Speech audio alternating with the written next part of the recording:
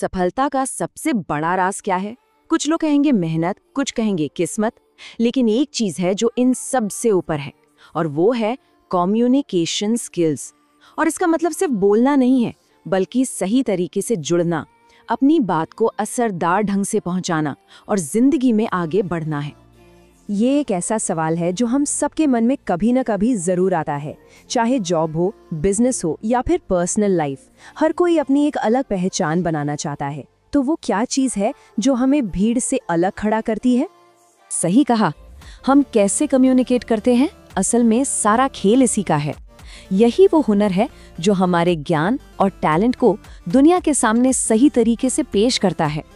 तो चलिए आज इस मॉडर्न कम्युनिकेटर की टूल किट को खोल कर देखते हैं। सबसे पहले हम इसकी नींव को समझेंगे, यानी लेखन और संवाद। फिर बात करेंगे इसकी असली परीक्षा की, जो है इंटरव्यू।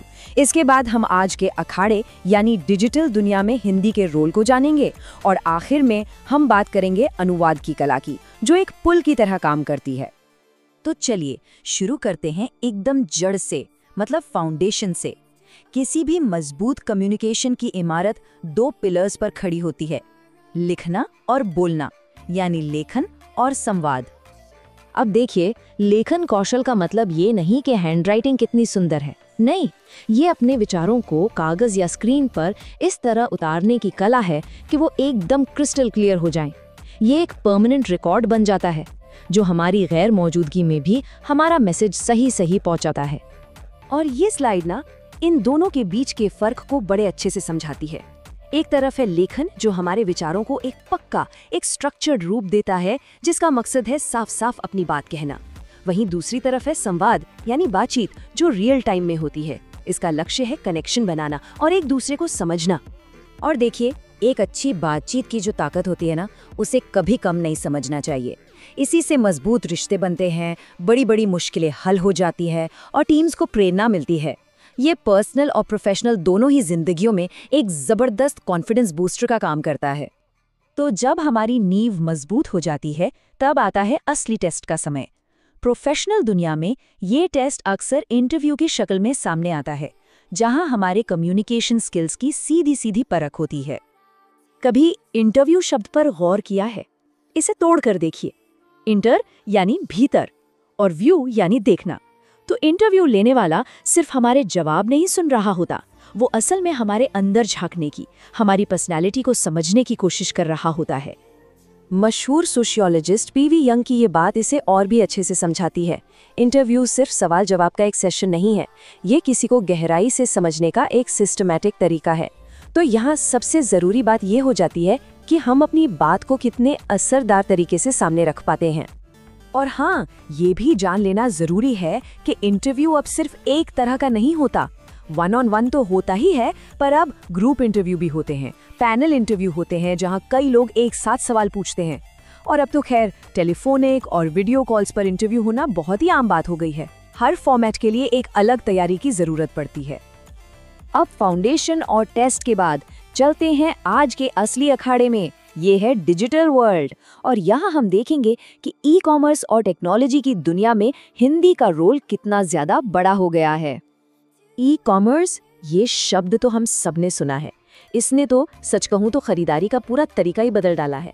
इंटरनेट की वजह से अब कोई भी कहीं से भी कुछ भी खरीद बेच सकता है। मतलब दुनिया की सारी भौगोलिक सीमाएं जैसे खत्म ही हो गई हैं। लेकिन जैसा कहते हैं ना, हर सिक्के के दो पहलू होते हैं। ई कॉमर्स के साथ भी कुछ ऐसा ही है। एक तरफ हमें ग्लोबल मार्केट और 24/7 शॉपिंग की सुविधा मिलती है, तो वहीं दूसरी तरफ टेक्नोलॉजी पर हमारी निर्भरता और सिक्योरिटी का खतरा भी बढ़ जाता है। तो ये समझना जरूरी है कि फायदे हैं तो कुछ नुकसान भी हैं। और जब बात भारत जैसे बड़े मार्केट की हो, तो लोकल भाषा को तो भूल ही नहीं सकते। जरा इस आंकड़े को देखिए, 50% से भी ज्यादा आबादी हिंदी में लेन देन करने में सहज महसूस करती है। अब सोचिए, ई कॉमर्स में कामयाबी के लिए इतनी बड़ी ऑडियंस को नजरअंदाज करना किसी भी बिजनेस के लिए कितना बड़ा नुकसान हो सकता है। और यहीं से जन्म होता है तकनीकी हिंदी का। अब ये क्या है? ये कोई अलग भाषा नहीं है, बल्कि ये हिंदी का ही एक ऐसा खास रूप है जो साइंस और टेक्नोलॉजी जैसे कॉम्प्लेक्स सब्जेक्ट्स को आम लोगों तक उनकी अपनी भाषा में और बिल्कुल सटीक तरीके से पहुंचाता है। और ये सब हमें हमारी कम्युनिकेशन टूल किट के आखिरी और शायद सबसे ज़रूरी टूल तक ले आता है, और वो है अनुवाद। ये एक ऐसा स्किल है जो भाषाओं, कल्चर और नॉलेज के बीच एक पुल बनाने का काम करता है। अनुवाद या ट्रांसलेशन का सीधा सा मतलब ये नहीं है कि एक शब्द के बदले दूसरा शब्द रख दिया। असली चुनौती तो ये है कि सोर्स भाषा के मैसेज का जो ओरिजिनल मतलब, स्टाइल और इरादा है, उसे टारगेट भाषा में हूबहू पहुंचाया जाए। इसे करने के मोटे तौर पर 2 तरीके होते हैं। एक है शाब्दिक अनुवाद, जो शब्द दर शब्द होता है, और दूसरा है भावात्मक अनुवाद, जो शब्दों के पीछे की भावना और विचार को पकड़ता है। एक अच्छा ट्रांसलेटर ये जानता है कि कब, कहाँ और कौन सा तरीका इस्तेमाल करना है। सोचकर देखिए, आज की इस कनेक्टेड दुनिया में अनुवाद के बिना क्या मुमकिन है? ग्लोबल बिजनेस हो या डिप्लोमेसी, अलग अलग कल्चर को समझना हो या साइंटिफिक रिसर्च को फैलाना हो, ये हर जगह ज्ञान को बांटने और लोगों को जोड़ने का काम करता है। तो चलिए एक बार फटाफट से पूरी टूलकिट पर नजर डालते हैं। स्टेप 1, लेखन और संवाद की अपनी नींव को मजबूत करना। स्टेप 2, इंटरव्यू जैसी हाई प्रेशर सिचुएशन में अपने स्किल्स को आजमाना। स्टेप 3, डिजिटल दुनिया के लिए अपनी भाषा को तैयार करना। और स्टेप 4, अनुवाद के जरिए हर तरह की सीमाओं को पार करना। तो बात ये है कि ये सारे स्किल्स सिर्फ नौकरी पाने या बिजनेस करने के तरीके नहीं हैं। ये असल में लोगों और आइडियाज के बीच ब्रिज बनाने यानी कि पुल बनाने का काम करते हैं। तो आखिर में एक सवाल हमारे सामने खड़ा होता है जिस पर सोचना जरूरी है। कम्युनिकेशन का भविष्य कैसा होगा? और इस आने वाले भविष्य के लिए हमारी टूल किट कितनी तैयार है?